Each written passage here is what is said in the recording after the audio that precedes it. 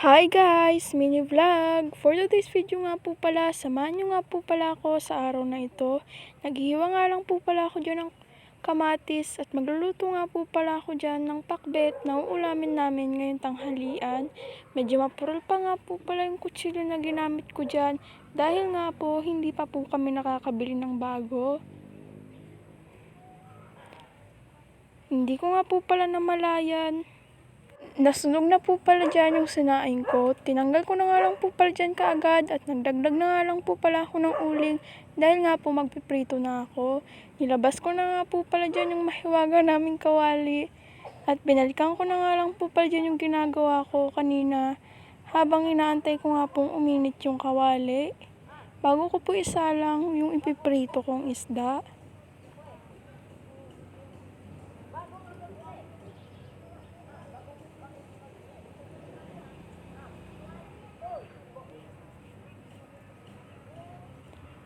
Mainit na nga po pala dyan yung kawali at agad ko na nga din po palang nilagay yung mantika na pinagprituhan din nga po pala namin kahapon.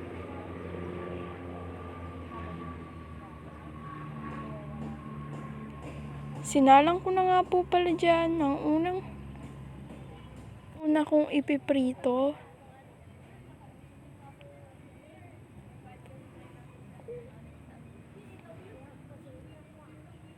Nagsisitalsikan pa nga po pala dyan yung mantika, kaya nga po todo gilid nga po pala ako dyan.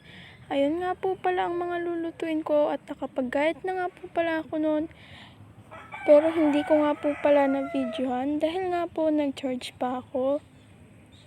Binalikan ko na nga din po pala itong piniprito ko dahil nga po nasusunog na.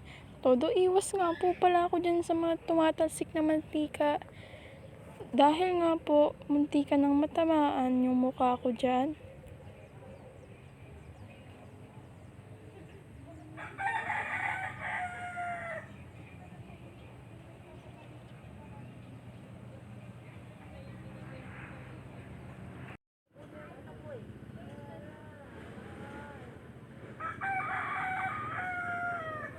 Hanggang dito na nga lang po pala yung video na to. Maraming salamat nga po pala sa panonood.